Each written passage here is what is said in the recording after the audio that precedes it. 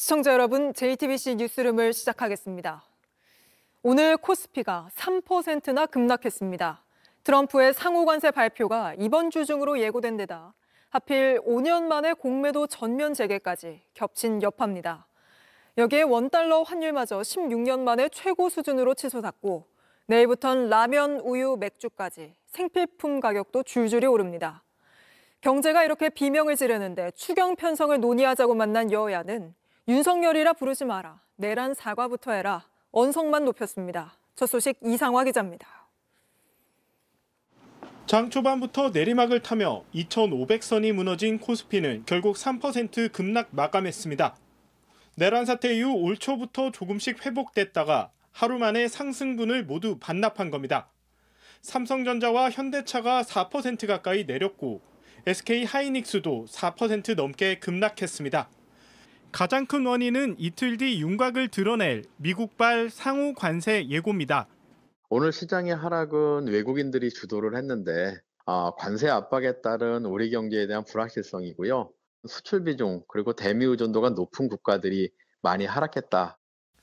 실제 외국인 투자자들은 유가 증권 시장에서 오늘 하루에만 1조 5천억 원 넘게 팔아치웠습니다. 대미 수출 비중이 큰 일본과 대만 증시 역시 4%대 폭락하며 관세 영향권에 들었습니다. 트럼프 행정부가 국가별로 관세율을 정하는 상호 관세 대신 모든 교역국에 20% 관세를 매기는 보편 관세 카드까지 검토하고 있다는 외신 보도가 우려를 더 키운 겁니다. 여기에 공매도 재개 첫날 거래까지 겹치면서 국내 증시 변동성은 더 커졌습니다. 과거에도 공매도가 빈번했던 2차 전지와 바이오주는 오늘 줄줄이 급락했습니다.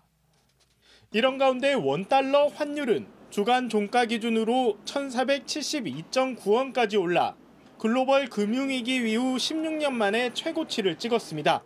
한국 기업들의 수출 경쟁력이 조금씩 후퇴하고 있어서 좀 종합적으로 한국 원화에 좀 부담으로 작용하고 있습니다. 이른바 관세 슈퍼위크라 불리는 이번 주가 향후 우리 금융시장 향방을 좌우할 고비가 될 전망입니다. JTBC 이상화입니다. 윤 대통령이 계엄 선포를 앞두고 법원에 대한 불만을 토로했다고 김용현 전 장관이 검찰에 진술한 걸로 파악됐습니다. 윤 대통령이 판사의 결정이 늦어져서 간첩이 방치되고 있다면서 특단의 대책을 언급했다는 겁니다. 연지환 기자입니다. 법관 체포는 포고령 1호 국회 봉쇄와 함께 윤 대통령 탄핵 심판 5개의 쟁점 중 하나입니다.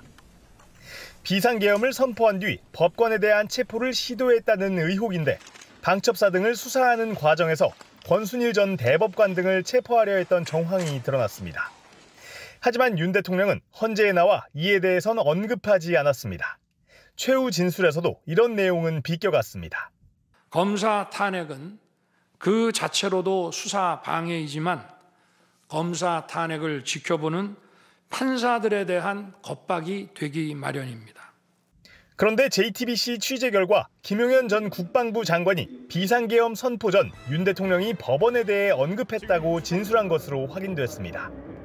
김 전 장관은 윤 대통령이 청주와 창원 간첩단 사건과 관련해 판사 기피 신청이 들어오면 단기간에 결정하는 게 상식이라고 말했다고 진술했습니다. 그러면서 6개월이나 결정을 안 해 구속기간이 끝나 돌아다니는데 방치하는 상황이라며 특단의 대책을 언급했다고도 했습니다. 2021년과 2023년 기소된 두 간첩단 사건 모두 피고인들이 판사 기피 신청 등 재판 지연 전략을 써왔습니다. 윤 대통령의 사법부에 대한 깊은 불신은 조지호 경찰청장이 계엄 직전 삼청동 안가에서 들었다는 윤 대통령 발언에서도 확인할 수 있습니다. 조 청장은 윤 대통령이 법원, 언론 전부 종북 좌파라고 말했다고 진술했습니다. 비상계엄이 필요한 이유로 법원도 지목한 건데 계엄이 바로 해제되지 않았다면 사법부에 대한 장악이 구체화되었을 수 있습니다. JTBC 연지환입니다. 윤 대통령 탄핵 심판 선고를 앞둔 상황에서 대통령 기록관장 교체가 진행돼 논란입니다. 특히 이 자리에 윤석열 정권 초반부터 대통령실에서 이뤄온 인사가 지원해 논란을 더 부추기고 있습니다. 김한수 기자입니다. 대통령 기록물은 대통령 비서실, 국가안보실, 대통령 경호처 등에서 생산한 모든 기록들입니다. 계엄 관련 국무회의록, 계엄 상황일지 등이 해당됩니다. 대통령실 취임식 참석자 명단과 대통령실 이전 관련 자료, 명품백 수수 기록 등 현 정부 들어 논란이 됐던 사항과 관련한 자료들도 대통령 기록물입니다. 이런 기록물들은 대통령이 물러나면 대통령 기록관으로 이관돼 관리됩니다. 이때 대통령 기록관장이 이관 대상 기록물의 이동과 재분류를 금지시키고 직접 현장에서 확인할 수 있는 권한을 갖고 있습니다. 그런데 지난달 28일 행정안전부는 대통령 기록관장 채용 공고를 냈습니다. JTBC 취재 결과 지난주 치러진 면접에 참여한 사람은 2명, 여기에 정모 전 대통령실 행정관이 포함된 것으로 확인됐습니다. 행안부 관계자는 정 전 행정관과 대통령 기록관 전 직원 등 2명이 면접에 참여했다고 밝혔습니다. 정 전 행정관은 윤 대통령 취임 몇 달 뒤인 2022년 7월부터 지난달 20일까지 대통령실에 파견돼 근무했습니다. 대통령 기록관장 공고가 나오기 8일 전까지입니다. 헌재의 탄핵 선고를 앞두고 이른바 알박기 인사라는 지적이 나옵니다. 기록관장을 한번 이번에 바꿔놓으면 알박기가 돼가지고 이 모든 대통령 기록물을 관리하잖아요. 개헌 관련은 대통령 기록물 접근하는 데라든가 여러 가지 관리하는데 상당히 문제가 있을 뿐만 아니라 지난 2023년 11월 임명된 현 이동혁 기록관장은 올해 정년을 이유로 임기 5년을 못 채운 상태로 물러나게 됐습니다. 행안부는 신임 관장직 지원자에 대한 정보는 개인정보라며 어떠한 입장도 밝힐 수 없다고 했고 정 전 행정관 역시 아무런 입장을 밝히지 않았습니다.